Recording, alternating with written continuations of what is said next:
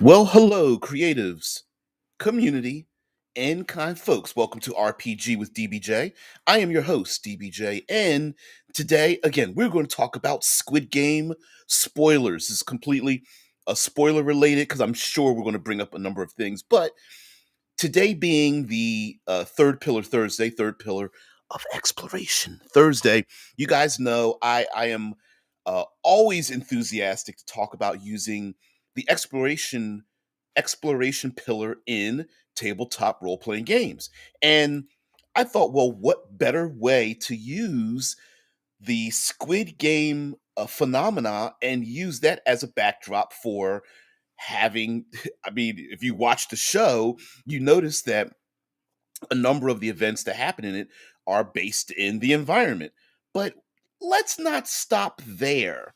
I thought we would discuss maybe some of our own childhood games. So I put out a question, a simple question on the Facebook group, Absolute Tabletop, asking like, give me a couple of your memorable childhood games and what would they be like in this lethal live or die mechanism of the Squid Game? So I thought we would go over a number of them. There's actually more childhood games that other people and myself remember that I think would make a really great collection of challenges and obstacles and traps and story elements for our tabletop role playing games that would make our own great Squid Games. Okay, so because as great as the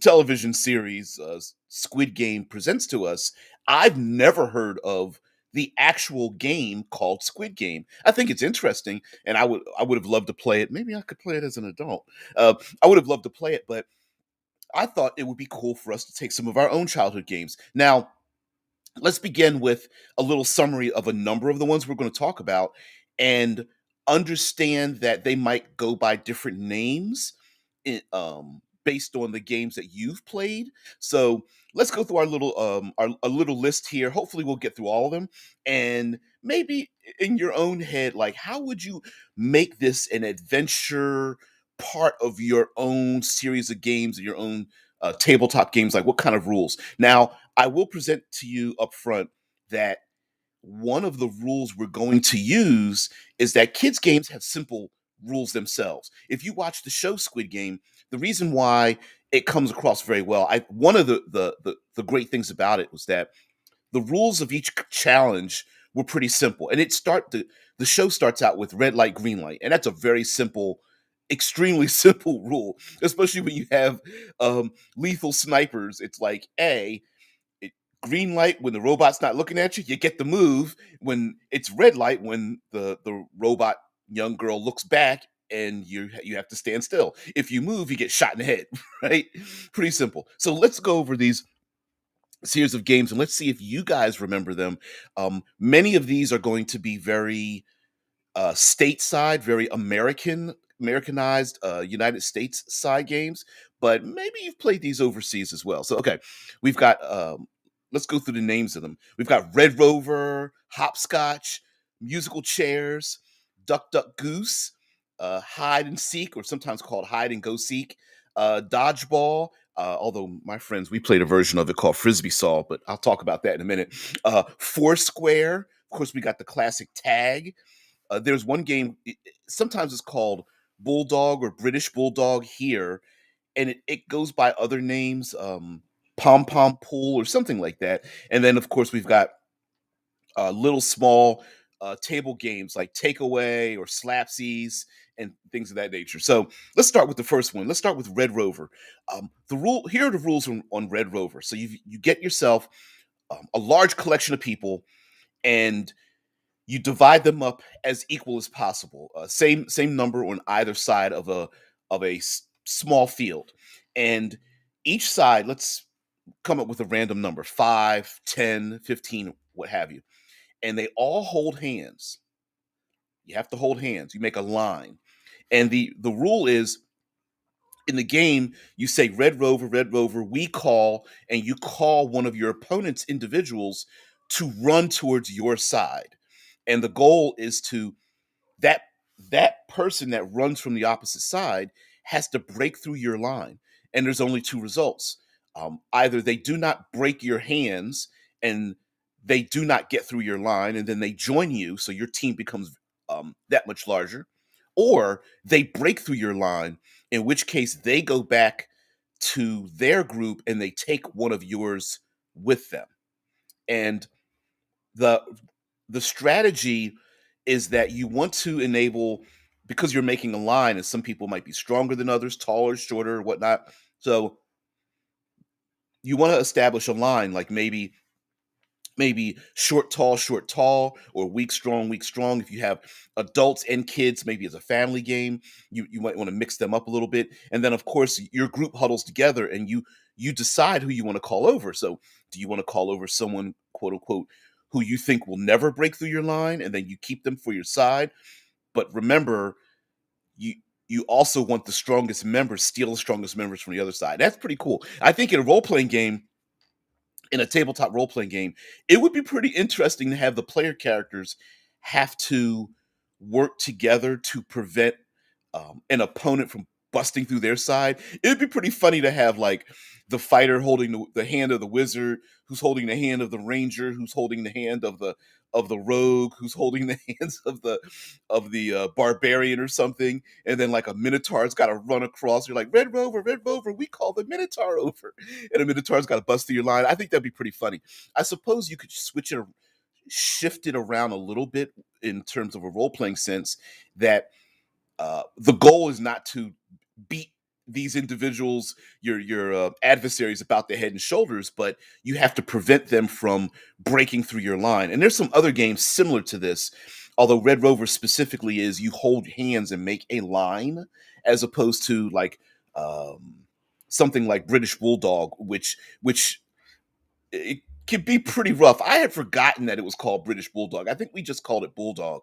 But in that particular one, you basically just have a a bunch of people in the middle of the field, and then you're at one side, and all you have to do is try to run and get yourself to the other side, and everybody gets to try to get a chance to tackle you. And if you get tackled, you join what they're called the Bulldogs in the middle. The Bulldogs are in the middle, and all the runners are on the outside, and you're running away from the dogs. And you have to try to run from one side to the other. And of course, to win, you want to be the last person standing and not get tackled. And it's kind of a brutalist game as a kid, but whatever. All right, so our next one, we're going to talk about Hopscotch. And Hopscotch, I think, is pretty easy, right? Like we could think about, in a tabletop role playing setting, Hopscotch sounds like jumping from square to square to avoid falling into a pit. But the addition to Hopscotch, and to make it a little more complicated, I think, would be, of course, with hopscotch, you have to hop on one foot, and there's the idea of throwing like stones or quarters or pennies or something into a particular spot. And it would be pretty interesting to like gamble a little bit with this one. Like, okay, so let's say there's 10, pit traps you have to jump on top of and hope that you don't, or maybe avoid, and you have to jump from square to square or whatever to avoid them. But you could gamble, like, okay, you've got 10 spots, but you have a time limit to get to the end. So do you throw the gold coin 3 spots ahead, and now you have to jump, from, one square, like 3 squares at a time, and maybe doing too many of them might make, give you like we're talking about fifth edition, let's say. So it might give you disadvantage on your athletics check or acrobatics check to jump from, the safe squares, or do you do one at a time because you're not as athletic or something? It'd be pretty cool, I think, to do like a little bit of a hopscotch. And also, I think with hopscotch, you could also, like I said, you might have to gamble by having to first accurately toss your, I'm going to call it a coin, your trinket, to a particular spot, and then get to that spot, as opposed to just jumping from pillar to post or something. Mufa mentions Indiana Jones and the Last Crusade, jumping on the letters on the floor, spell it right or fall through to your death. Yeah, yeah, exactly. You know, you could very well have a room full of letters, and either you have to spell something out, or maybe you have to spell something out that's personal, or the people ahead of you, no one knows what they have to spell out.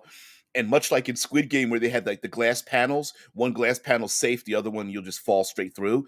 And maybe as a person jumps to each letter, the PCs figure out like, oh, we have to spell a particular word and follow behind me, and then maybe they're discussing like, what are we spelling? And it could be, it could be something very simple and pop culture-ish, or it could be like, how do we spell a Sararak, right, or something like that. I think we mentioned yesterday about like, or maybe I'll just mention it today. Like Tomb of Horrors is in itself its own, classic Squid Game like adventure.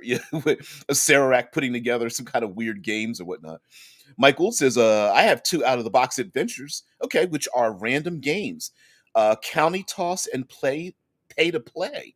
Both have random effects, some of which are brilliant, others terrible. Now, that's you could include those as like um, classic games that you find like in a carnival style setting, but they have real dramatic effects, almost the equivalent of like a Wand of Wonder. What's the Dungeons Classic Dragons deck of many things kind of effect or something? Yeah, like coin toss. Yeah, coin toss. That's it. Yep, the coin toss idea of like tossing the coins into cups or jars, or like what we're also known as ring toss. You have to toss the rings on top of bottles and whatnot. Yeah. Or like Mike Gould says, yeah, how many stories include full size chess? A lot. Yeah, like player characters have to represent like knights, bishop, pawns, and things. That would be pretty interesting, especially if the other side are like the characters are classic heroes, but the enemies are like minotaurs and ogres and I don't know, drakes or something like that as they move across the table to try to take each other out. And you could have like set yourself up for different battles, and the enemies could like try to pincer in a player through like using their pawns or something. That'd be pretty fun. Okay, so we got musical chairs. Musical chairs would bring in a lot of entertainment bardic kind of things as well, especially if maybe a player character who's a performer and or bard might have to help play the songs that stop randomly, or maybe they got like they obtain a little upper hand because they know the song that's being played. um and of course with musical chairs, again, you have at least one fewer chair than the people were running around the chairs or walking around the chairs, and you're kind of like positioning yourself that the minute the song ends, everyone has to take a seat. And now mind you, you might not have chairs, you may have like chambers, or there might be like a checkerboard pattern with classic chess and checkers. They might have a pattern on the floor, or maybe there's something in the middle of the room that's spinning around, and when it stops you have to like reach for it or jump into it or something like that. So now you're not just jockeying for position but also speed, where because in fifth edition, initiative itself is an ability check. So initiative could be used as the foundation of a challenge to like reach, grab, sit down before a song randomly ends or something. That'd be kind of cool. Mike Gould mentions bored barbarian playing solitaire with a deck of many things. I'm bored. Flip, flip. Ooh, terrible. Anyway, ends up rewriting the world from his encampment and has no idea. That'd be hilarious. Nothing happens to the barbarian, but the rest of the world just keeps changing, and everyone's like, "What the hell's going on?" Zamara brings up dragon chess and three dragons ante. Yeah. Oh man. Yeah, the players could be like the pawns and other chess pieces to like a silver dragon, and against the enemy who's like a red dragon and a black dragon queen or something. That'd be kind of, I think the chess idea is pretty good. Uh, you would have to, mind you, when we're talking about all these games, of course, what are the circumstances that where the players can't or won't break the rules of the game? It like a Sararak and the classic Doom of wow, Tomb of Horrors. The Tomb of Horrors is a magical a location where you can't teleport through it. You can't do pass wall and things like that. Maybe there was like a dead god or something, and you're playing these games inside the brain, literally the skull of a dead god or something. So you can't break the rules. So you'd have to come up with something like that. Let's who say Mike Gould says capture the flag. Ooh, why did I put down capture the flag on my little list? Yeah, capture the flag and musical chairs have been the basis of several deadly tropes where resources for survival become a game. Yeah, Hunger Games easily did this. Where for those who don't know, capture the flag. You get two teams, and you have like you have a flag on either side of the field, and you could create huge number of obstacles to get the opponent's flag, and so you have the dual goal of getting the flag of the opposite side and protecting your own flag.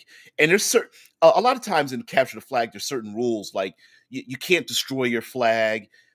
Some you're allowed to hide the flag. Others it's like a huge banner. You actually have to like carry the banner across. Whether it's above your head or tied on your shoulders. And you can throw some games like a rollerball esque kind of thing where only specific individuals are tasked with the ability to carry a flag, or if they're carrying the flag they can't be involved in other aspects of pursuit and running and escape or something like that. So yeah, I like that. Like I'll talk about rollerball, like the movie Rollerball, where the rocket powered ball shoots out and can break your ankle while you're going around in a big circle on roller skates and whatnot. Uh, that's a little bit more than a children's game, but capture the flag is a big one. You play that in the wintertime with snowballs, and it's kind of cool. Zamar brings up, you could do a paintball esque kind of game. Yeah, absolutely. Even if you want to do something that's a little bit more martial related, maybe like padded arrowheads with crossbows and whatnot, or tag works with this as well, like playing tag, magical tag, where you get banished or something. Yeah, Michael brings up post-apocalyptic races are basically roller derby with cars and guns. Oh yeah, the classic death race, get to the other side, Running Man kind of thing is very much a kids game, like a tag, British Bulldog, even Red Rover kind of capture the flag kind of works in that as well. You've got a time limit. You've got lethal enemies. Get from A to B.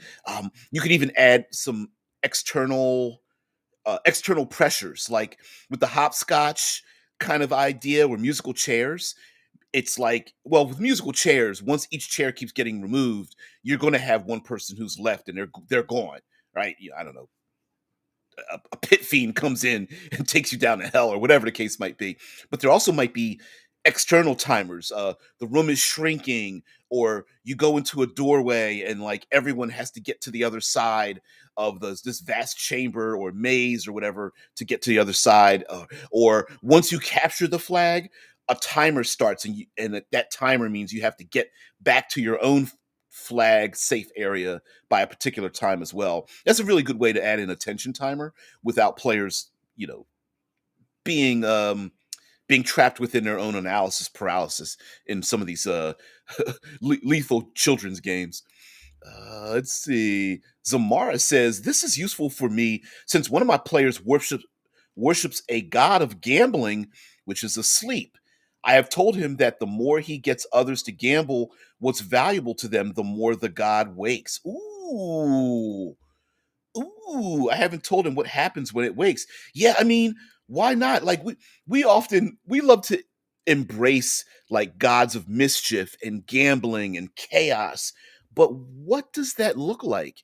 And one of the great aspects of the Squid Games series and what we're talking about now are kids games usually have very simple rules.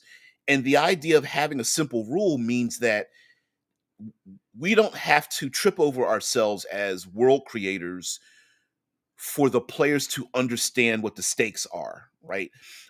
When it's tag, the minute you start talking about playing tag and tag you're it, and maybe the person who gets tagged is like, I don't know, surrounded by fairy fire spell or something, or whatnot, or maybe the person that gets tagged starts having to make saving throws because they might suffer some sort of like banishment or paralysis or something of that nature, and they have to tag someone else to alleviate themselves of that condition, and it starts to spread around and everyone's like, I don't want to be tagged with the necrotic, the necrotic withering energy. You're tagged, and so on and so forth. Or on a count of three you're going to burst into flames or something, and it's like you're like glowing, you're like, hell no, tag you, tag me, tag you. um Michael says it's a stretch, but zombie apocalypse stories are basically Red Rover. That I know, stop drinking at work. Yeah, Red Rover, because Red Rover, I call the next zombie over. But essentially it is like, you either you if you don't bust through the zombie line, you become a zombie, or you bust through, and then the zombies become weaker, right? Because uh, the terrible thing about undead is that they build exponentially by turning your allies against you. It's not just you losing an ally, but they become even stronger when they. All right, so what do we have here? We've got a Duck Duck Goose, the children's game. You close your eyes and someone walks around tapping you on the shoulder, duck, duck, duck, duck, and then eventually someone calls Goose, and you wake up, you have to be chased or something. And that would be pretty interesting to have, like a you could make this even like a horror story where the players even could hear voices, or maybe there's ghosts or something, shadows, and the shadows swirl around, or they're in the background of the player characters, and it's like the player feels like a cold chill up their spine, and they hear duck, and they're like, ooh, until somebody gets tapped on the shoulder, and they become the goose, and then they can chase they they have the opportunity maybe to chase the ghostly spirit around, but the danger is that they might become consumed by it or something like that. Uh, Especially with maybe a god of gambling, that also might be a thing as well, where the players have to navigate somewhere where they are randomly players are chosen randomly to be the target of foul events that have been already um, picked for them. Like maybe there's monsters that only they can see and only they can physically interact with. So maybe the fighter's like swinging in the air, and PCs are like, "What are you swinging at?" And they're like, "It's the displacer piece. You don't see it." And they're like, "Nope, you just got goosed there," or something like that. Yeah. Zamara says, "Yell that the floor is lava." The floor is lava. Yeah. Suddenly in the Feywilds, watch as everyone freaks out. Floor is lava. Yeah. As a kid, I remember playing like the floor is lava. Yeah. And that was like one of those at home, like bored at home, don't jump on the sofa in the bed, but you do it anyway kind of games and stuff. You throw down like a bunch of pillows and you have to jump from pillow to chair and whatnot. Yeah. Um, Mike adds to that, imagine lethal blackjack or full size cribbage, where victims are the pegs, or checkers, where players ride giant toads and jumped pieces are killed. Ooh, that's a great way to add in like animal handling and other kinds of checks. Maybe the players get to pick like from like 3 to 5 mounts that can like jump or move from place spot to spot. Yeah, and then at the end you can get crowned king. They put on an awkwardly sized crown on you when you get to the other side, jumping over other pieces, and PCs are like looking up and they're like, "The frog moth jumped over my head." No. and you get taken out. That's kind of cool. Um, Now with card games are a whole nother thing. Like, yes, there's kids games like War, or I can't remember the other. There's a number of kids card games, but yeah, Twister and acrobatics competition. I polymorph into something stretchy. And the opponent's like, no, damn it. Oh man. Oh yeah, yeah, yeah, yeah. Talking about the Feywild where floor is lava. Yeah, hallucinatory terrain will make lava viable. Yeah, absolutely. Absolutely. And like this could even be like an entertainment arena kind of thing where these kid games are played in a fey arena. So everything that happens in the arena is real, even though there's like spectators and whatnot watching. Going yeah, a little back to illusions of the the rich mofos that were watching in Squid Game. Yeah. Zamara says duck duck goose concept. Okay, okay, here we go. Each player feels a tap as they are blinded. The word duck echoes in their ear over and over until goose. You can see again. Who is the goose? Who do you fight? Yeah, yeah. Like maybe you want. Could you imagine a player? I don't want to go too deep in this, but the players go into a place full of darkness. Now, of course, we have dark vision, right? And but the problem is you while there's enemies all around you, you can feel their breath on, the back of your ear. If you're blinded, they are less like they are not enemies, but when you see them, they become real. So when you get goosed, you don't know what's out there, but you maybe the goose is you fight your greatest fear. So while feeling against your skin, maybe you feel like fur or spikes or scales or slime, but it's not real until you see it. Which I suppose if dark vision does work, the human being is like, "Woo! I'm glad I'm safe." But yeah, that would be pretty cool.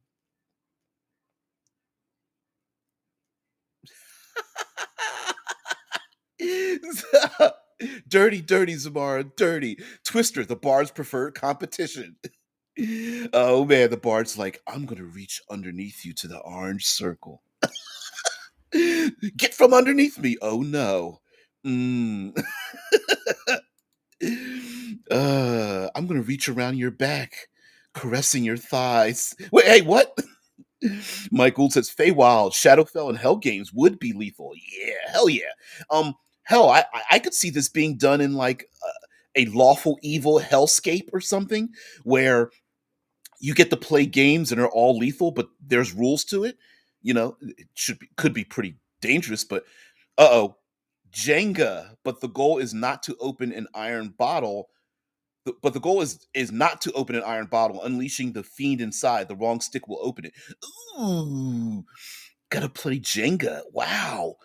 Jenga, pick up sticks. There's a bunch of little children's games where um oh, there's one that's got a timer to it, and you have to put the pieces into the plastic.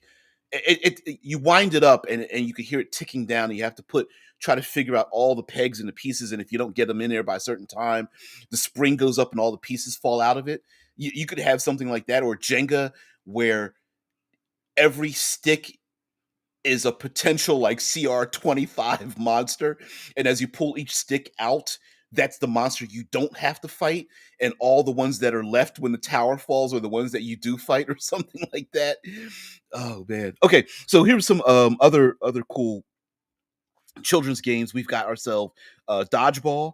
Um, uh, Now, of course, Dodgeball is not easy, but Dodgeball is you could have like I don't know. Everyone wears a modified ring of spell storing, and there's a potential spell like a ball being flung back and forth, and if you get hit, it goes off. But if you catch it with your little ring of spell storing, the other person suffers the effect, right? So you could have like I don't what is it, chromatic orb or fireball or something like that being flung. Maybe whatever color your ring is, is the effect that happens to you, and also the type of ball you can throw to your enemies on the other side or something. I don't know. I think there's a way to do a good dodgeball. Now, as a kid, we used to play frisbee saw, and saw like a bladed weapon, and for like a buck, we could go to the local 7-Eleven and buy these really cheap $1 frisbees, and we get like 20 or 30 of them. We get a big field. We throw the frisbees up in the air, and the idea was we toss the frisbees at each other, and if you beamed somebody in the head, you were out. But if you got hit in the arm or leg, you had to hop. You couldn't use that limb, so you had to hop around. And if you had a frisbee in your hand, you couldn't move. So you could run without, or hop, or put one hand behind your back around the field if you didn't have a frisbee. But if you did have one, you couldn't move from where you were at. It's something like that. uh, yeah, yeah, Mike. Yeah, the I don't it's a board, not a board game, but it's like Connect Four or something like that. It's like a timed game where you like tick, tick, tick, tick, tick, tick, and it runs down, and you have to put the pegs in the pieces. I suppose you could have a peg board of potential enemies, and if you get all the pegs in it, you don't have to fight. But the pegs that you do get into it as you add more pegs are the ones you do have to confront when the timer goes off or something. I don't know. Oh man. Zamar says I'm stealing the Jenga idea. Yeah. Yeah, because you could have like it could be a combination of like maybe using sleight of hand to get the pegs out, or what if the Jenga tower is like 80 feet tall, like it's the size of like a castle tower, and the players have to work together to like stand on each other's shoulders or use a fly spell and levitate, or the strong character has got to push the peg, but another character has to kind of like guide them to get the peg out, but the pegs weigh they're the size of like, I don't know, frames for a house or something like that. Like you could do a giant Jenga tower of any size and spell effect or something like that. Like you have to use a particular spell to get rid of that particular Jenga piece, but it might make the rest of it fall down or something like that. Yeah. Mufa says Twister finally finally a reason for a druid to change into a giant constrictor snake. Yeah. All the enemies are like, that's unfair. And the pit fiend down in hell's like, well, I played by the rules. You didn't say the druid couldn't play. Yeah. I love it. I love it a lot. What if somebody plays Twister and cuts their arm off and throws it into the other space? Does that count? Or does it have to be attached to your body? You'd probably have to be, it would probably have to be attached to your body. But pretty funny though. Pretty funny. Michael says Connect Four, but with explosives. Connect four glyphs. Yep. Four in a row will blow up the opponent. Ow. I love it. I love it. You could do a giant Connect Four too, where you have to have the strength to lift it up and the precision to put it into the proper slot, and then drop it down into the into the you know what I mean, the Connect Four slots that go down. That'd be pretty hilarious. Oh man.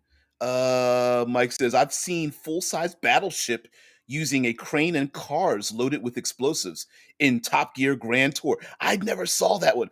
I used to be a Top Gear and Grand Tour fanatic. I don't know why I stopped watching it. Well, they did pause the show for various reasons, but yeah. Oh man, full-size battleship. Ooh. Because now Battleship can be played any number of ways where you're trying to find where your enemies are like hiding something, because Battleship is, you have to guess you put a peg down on your grid to hope to hit the other enemy's hidden thing, and if you hit, it guides it, mentally you can guide and go, okay, well, I can zero in where their battleships are at. That would be pretty interesting. What a great excuse to use a grid, like a hidden grid. Of course, the grid you probably do use letters, numbers, to find out where the other enemy is doing using their thing. Hmm. Ha. Operation, and it electrocutes a lot. Lived one if you mess up. Ooh, maybe your allies are attached to the operation style don't electrocute. Perfection. That's it. Thank you, guys. The timer pay game is called Perfection. I know people out there screaming like it's perfection, you dumb son of a. Yes, yes, that's it. That's it. Oh man. Tick. Ooh, tic tac toes. Get three in a row. Enemy loses a toe. Sounds like a game set up by an annoying evil fairy. Ow. Yes, you meant loved one. Yes, yes, that's it. I figured it was something like that. Yeah, Operation electrocutes a loved one if you mess up. Ooh, taking out all those great NPCs everyone loves. Tic tac toes. You crazy. Okay. Hide and seek. We got hide and seek, Foursquare, takeaway. So hide and seek, the classic duck your head, count to 20 or something, and then look up and you try to look for something. That would be pretty interesting if the players are like in a obstacle course maze like area. Maybe there's a cockatrice or basilisks or something that are released, and they go around looking for the player characters around corners to see if they can find them. Or maybe there's some kind of like or maybe the player characters are picked as having to find hidden enemies and get as many of them in a hide and seek game. I don't know if it's called anything else anywhere else, but that would be kind of cool too. Like it's not necessarily like, hey, roll dice, we're going to attack you, but you have to run around and find your enemies before your enemies get to the safe location, and vice versa. Each team gets to, if three or more get to the safe area, you like each person that gets to the safe area gets a point, and so the PCs are both trying to protect the safe area because when you're playing hide and seek, everyone's trying to sneak around to get to the safe area where you can get the tag in or something. I don't know. There's a way to do it. There's a way to do it. Zamara says a game of ninja where you must strike a person in slow motion while dodging their attacks. If you fall, you die. If you are hit, you lose a limb. Hmm. Hmm. I remember playing something like that. They used to call it Superman. We punched each other in the chest. Pretty violent. Yeah. There was another one called Suicide where you get beamed in the head with tennis balls or something. I can't remember. Anyway, Michael says I've seen Acquisitions Incorporated do mage hand arm wrestling for prizes. Yeah. What is it? Lethal arm wrestling with like spikes or like poison scorpions, at where if your hand gets pushed down, it gets stung or stabbed or something like that. That's a pretty simple one right there. Just like in Squid Game where they did tug of war, your team gets pulled off and you get the fall. I don't know, hundreds of feet or something. Mufa says any game in a modern setting with a doctor in the party could break out Operation whenever a player needs healed. Oh no. Players like, you need to heal me. And they're like, yeah, but the game is I got to get your liver out. The barbarian's like, please stop. I'm rooting around inside of their internal organs. But it's 15 points if I get your liver. Oh man. Mm-mm-mm. Zamara says, talking about the going on with the ninja game, strike you have to move in slow motion, you have to dodge, attack, and hit them. And it hits in slow motion, so the details can really focus on the sudden realization of failure and then a roll to hold your constitution and stance. So you're talking about like in slow motion, like a blade coming down on someone's shoulder, and the PC is like, fuck, as the blade slowly slices across their shoulder, trying to sever their arm or something. That would be, how would you do that? Because it would be both combat oriented and stance oriented and precision oriented as well. Maybe it would be like a um, odd number challenge. We all know like odd number challenges, like one out of two out of three or three out of five or something, and you have to make like sleight of hand checks and a martial check, attack check, plus like a constitution check or something like, and whoever gets the highest of the odd number wins or something. Poker, but you anti-body parts. That's pretty nasty. It's strip poker. You have to strip off your skin and flesh, pull your own eyeball out. Ow. Now that would be infernal. That game would be super infernal. Oh man. Mahjong, or a game of Mahjong, smart, where you bet your blood instead of money, like a Kagi anime. Ooh. Ow. Mahjong. Wow, you could um that would be pretty interesting with pieces where the symbols represent maybe aspects of each player character. So the players maybe get to pick. I'm just going to come up with a random number like 5, and the players have to pick 5 aspects of their player character, but there are 10 pieces on the board, so they flip upside down. And there's another game where you is it memory, where there's like this is played with cards or domino like pieces, mahjong style pieces, where you flip the pieces over to make pairs, and if you miss the pairs, you flip them down, and somebody else can flip the pieces back over again to try to get a pair that you missed, and your enemies could get pairs and take things away from your player character. I know that's a little more complicated than a little bit, but it's like I know it's called like memorization or memory or something like that. Um, okay, so we've got a Foursquare. Now, I don't know if any of you guys have ever played Foursquare, or maybe it wasn't called Foursquare, but it's so in chalk on the ground, you have 4 giant squares, and there's a bouncy ball, and so you have 4 players, and the idea is that you bounce the ball, and there's usually a square that is the commander square. That's the square you want to get to. So you have square like numbered like 1, 2, 3, 4, and you want to be in the 4 spot, and that's so that other people can play. And you start out at the 1 spot, and you keep going, and uh Mike says it's called Guess Who from Milton Bradley. Guess Who? That's the flip the card or piece over to get a match, and you try to get as many matches, and it's like a memorization game. So if someone doesn't get a match, it's your turn. Now you can remember, oh, that was a castle. They flipped over a horse there, but there's a castle in the corner. So I'm going to pick number 3 and number 12, and you flip them over. And if you get 2 castles, you get to take those, and those become your points. That would be pretty interesting. Going back to the silly bored barbarian playing with a deck of many things, it could be like, hey, I just got 2 castles, and a castle literally physically disappears or crumbles or gets destroyed or something like that.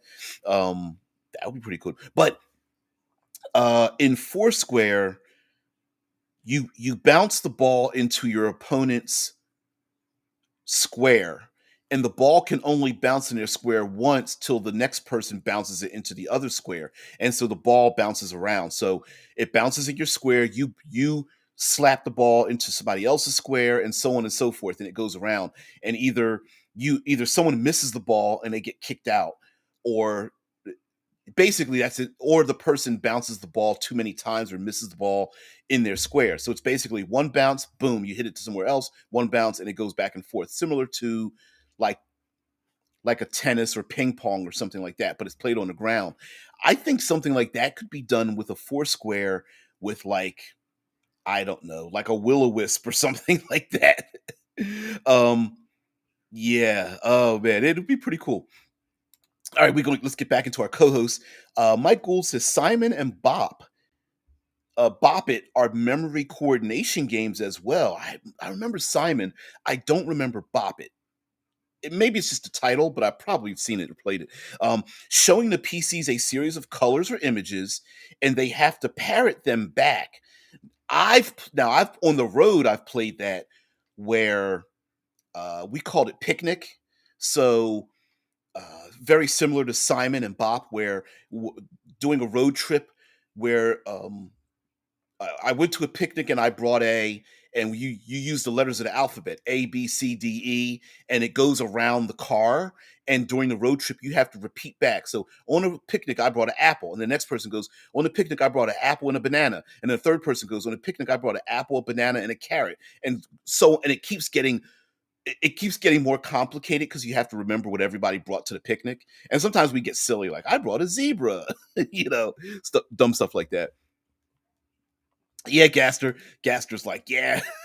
Oh boy, Squid Game, man, that was one hell of a show. Yeah, we're talking about our own childhood games and making them lethal versions of our own Squid Game. Because the show is actually called Squid Game, not Squid Games, but it's pretty cool. I think it'd be pretty funny.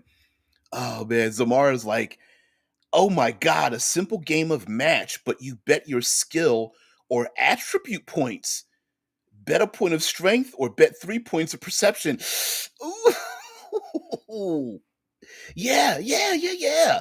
Hey, if you're the big burly barbarian, someone could find your matches of your strength, because maybe there's just like a big burly arm for to represent like the barbarian strength, and they're like matches on the board, and the I don't know, the enemy mind flayer is like tentacles just the wiggling, like I'm gonna play a match for the barbarian, and like tap tap, two arms. The barbarian's like no, as you see the barbarian's head stays the same, but their body starts to wither away.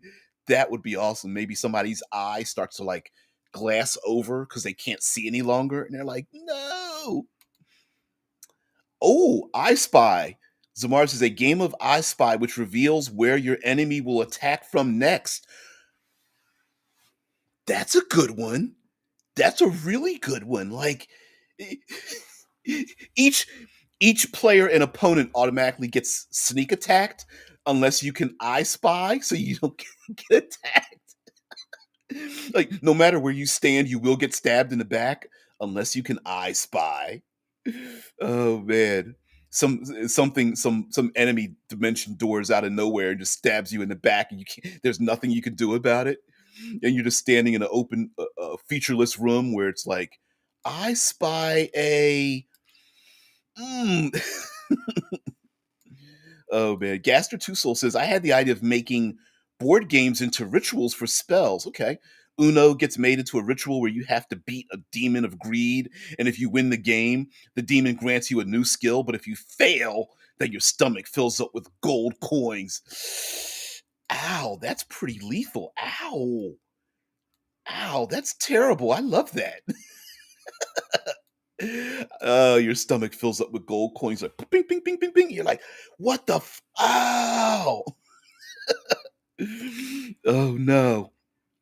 Gaster Two Soul says Labyrinth is made into like a relic where one player is able to move around a dungeon while the other players are in it. Ooh. So yeah, so maybe I could see like one player has can move like doors and walls, maybe even throwing some obstacles in the way like monsters, and you're the enemy demon is like you're like maybe the players are running around the maze and they get to a dead end, and you get to make one of your moves, and you take one of your pieces and you're like, all right, I'm gonna move the wall, and of course the players, all of a sudden the wall disappears so they can move through the maze, but then the enemy demon is like and they pick up like I don't know, like an ice demon or something like that. They're just like ice devil or whatever, a fiendish creature, and they just take the ice devil piece and put it on the board, and it becomes real within the maze or something. That sounds like a really cool like playing with the gods high tier level kind of thing. It could be a little existential with the players both. Okay, follow me on this. The players are both outside moving pieces on the board, but they are also the pieces inside doing battle inside of it at the exact same time, right? So each player gets a chance to move a piece, but the pieces they're moving are themselves or other things. That would be that would be very existential, but I love it. As a big hand reaches down to grab themselves and move themselves. Mike says, so now I'm seeing a game show in hell. For some, the minute I read that, I'm thinking of like classic announcer voice. You know, I like the classic announcer voice with the small the small microphone, and you have the of course you have the bumper guys and bumper girls that are like doing the flourish as they reveal the prizes and things. He's like, DBJ, come on down. Okay, DBJ, how many hit points does the Pit Fiend have? In our game, higher or lower? Yeah. And like cool like kids music or something like "Loo-doo-doo-doo-doo-doo," and the classic boom boom boom boom. Mm. And you can win a brand new wagon. Yay! Or you get zonked. Zamar says, I guess they can say their shit's made out of gold. Oh no. Oh no. Boom, boom, boom. Oh wow. I hear you. Mike says a minesweeper, but they're not mines, they're wraiths. Minesweeper. Really? Yeah, wraiths are pretty terrible. That would be because Minesweeper, if I'm not mistaken, in Minesweeper, you have to sweep the mines, but you have to be careful of setting them off. I can't remember. Right, you have to clean up the pieces, but the mines are there. You have to avoid the mines. That's yeah. Gaster Two Souls says, and Hungry Hippos is a game where four players' health points are put into these small pellets, and the players basically must eat away each other's health in order to gain bonus temporary health points. They could play against other enemies. They could play, yeah, put them in the middle, and each point. So the players basically are already dead because all their health is in the middle, and they have to play like a hungry hippos kind of thing to snatch the pellets back, or they become like wraiths or something like that in league to a fiendish power. Yes, really, D. It's D&D. The fictional world is your oyster. Hells yes. What are some last ones? We did British Bulldog, Foursquare, Takeaway, and Slapsies. This was a kid's game. I don't know if you guys ever called it Slapsies. And no, I'm not talking about getting slapped in the face. Although in Squid Game, the very first game that people played was a hey, if you lose, I get to slap you in the face kind of thing, right? But um, but for Slapsies, one version of it, there's a couple of different versions of it. Most of them were pretty brutal as kids. But one version is you put your palms out, and the hand, your opponent has their hand on top of your hand. And the idea is that the person will try to remove their hand from on top of your palm of your hand, and you have to flip your hand over and slap the back of their hand before they get to draw their hand away. And that could become pretty painful based on people who are very quick because they could just slap your hands and you'd feel this fingertips and it would tickle the palm of your hands and get you to want to react, and then bam, you feel the slap on the back of your hand. But we versions of slapsies we would do with pencils or sporks. You guys know the little plastic spoon forks, the sporks, and you would take your pencil. Let's do the pencil version, where someone would hold up their pencil and somebody else would take their pencil and whip it down to try to break your pencil when you go back and forth. Same things with the sporks. Somebody would hold a spork and you try to break their spork and stuff. It was just some dumb games, but man, we would do some crazy stuff. Uh, Risk, a game where you are able to influence the minds of real world leaders and influence their actions in attacking various continents and empires. Ow. And if you lose, you got to live in that same world, knowing what you started from a game with the gods or something.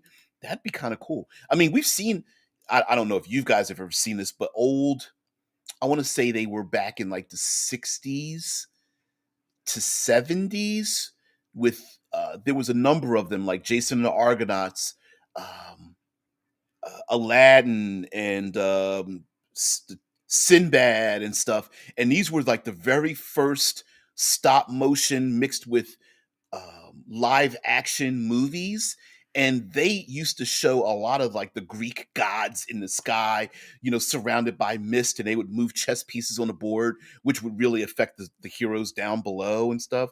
I That would be, and if players had an option to move real pieces of a board, but they really affected the world, I think they'd have a lot of fun with that. Mike Gould says, well, getting back to Death Race, the players start off dead. Their souls have to navigate a maze filled with soul eating undead to be resurrected. Yeah. Because, um, like it could be like a bargain to get out of hell. I remember an old comic book of Ghost Rider where the vengeful spirit and the character that plays Ghost Rider both had to work together to get out of hell. And they of course at the very end they end up getting put back together again and on Earth and stuff like that. But it was pretty cool. Yeah, maybe the players are dead already and they have to escape hell, like a death race kind of thing, like very much like Red Rover, Tag, hide and seek kind of game to get the hell out of get out of hell. Oh man. Zamar says a game of chicken where you and a friend uh, run towards each other to strike each other. There are 21 fiends and you. Some are illusions of your friends, some are just illusions. Hmm. Hmm. Game of chicken? Now, we played dangerous versions of it, and I think even till recently, kids were playing dangerous versions of chicken, running across in front of cars and things like that, which is so stupid. But we used to play games of chicken with tennis balls where you had to run across the area and everybody got a chance to pick up old tennis balls and throw it at your head. We used to do things like that. Let's see. We've got Gaster also says, also, yes, I remember slaps. Yeah. See, it was called different things, right? I played it a lot when I was a Boy Scout. That's where I got the nickname Red Hands because my hands being so beaten and red. I was never good at it. I was always like, ow, no, don't hit me. Anyway, oh man, Zamar says, choose a wrong and you will end up having to fight all living illusions as the real thing with what friends are left alive. Ooh, so you could have. I wonder if you could play, not play, you could mix up your version, Zamara, with like, how do I explain this? Variations on guilt and unresolved connections with NPCs along with like fiendish beings or something. So like an example would be a player character picks one of their NPCs at a point in their life, but really they are the fiend because the player character hasn't resolved the issue.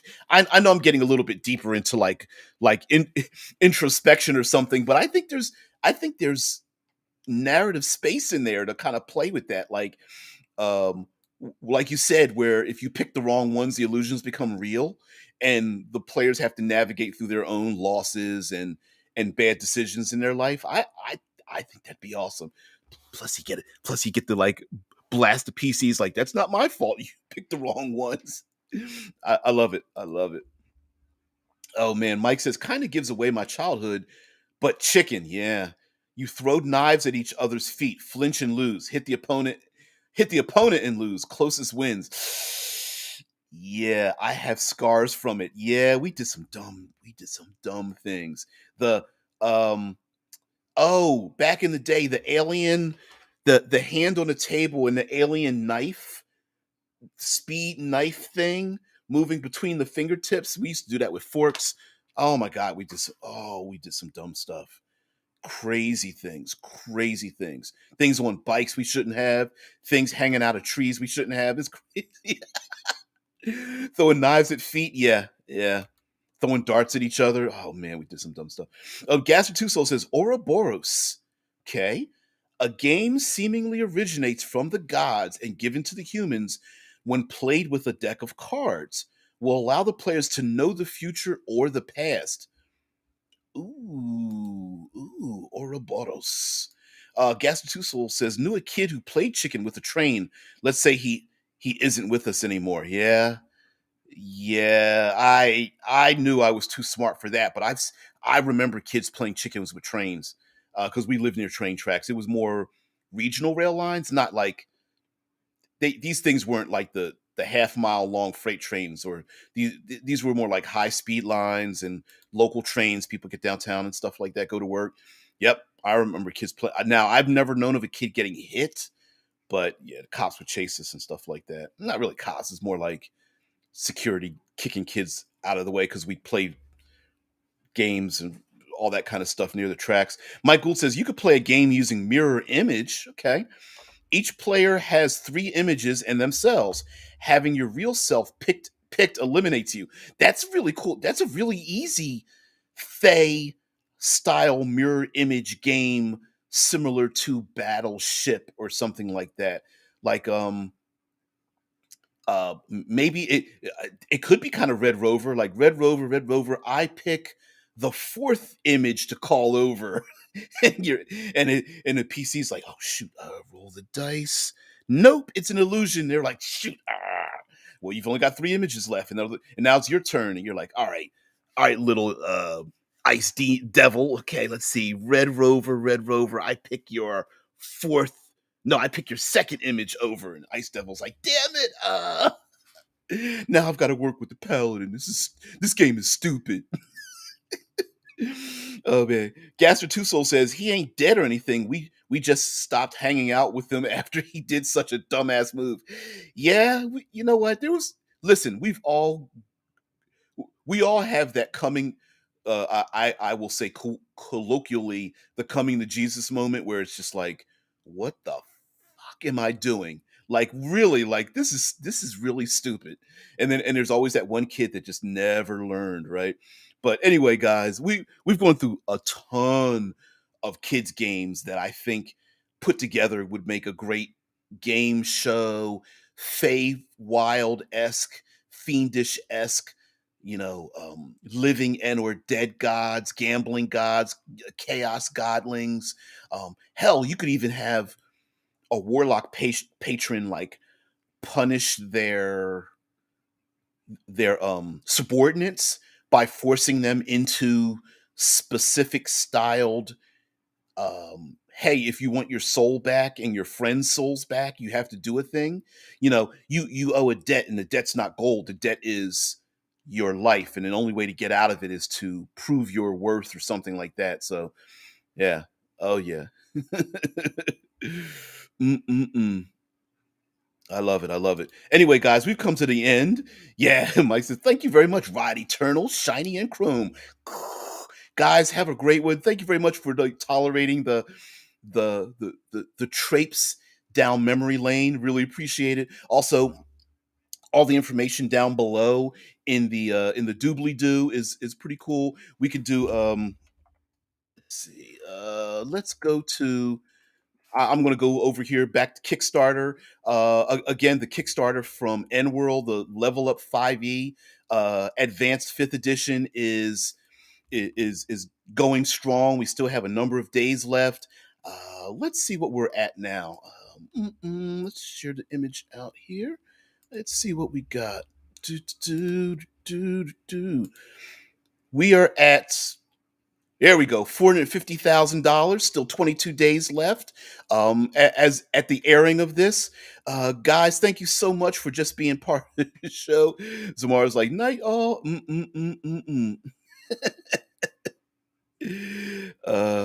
Wait, what do you? Zamara mentions manga. Here's my edition. All images start as a corrupted version of what two other players think the others look like. Wow. And they get more realistic as you pick. Fail and the fakes eat you in your sleep. Ouch. Ow, ow. That's not nice. Like a nightmare sitting on your chest. That's terrible. I love it. I love it though. Anyway, guys, thank you guys so much for just being part of the show. I really appreciate it. Everyone have a great day out there, and I will see thee tomorrow. Tomorrow, of course, is Future Friday. We're going to talk about forced evolution, the idea of lethal, dangerous games in the sci-fi setting. We've seen this plenty of times.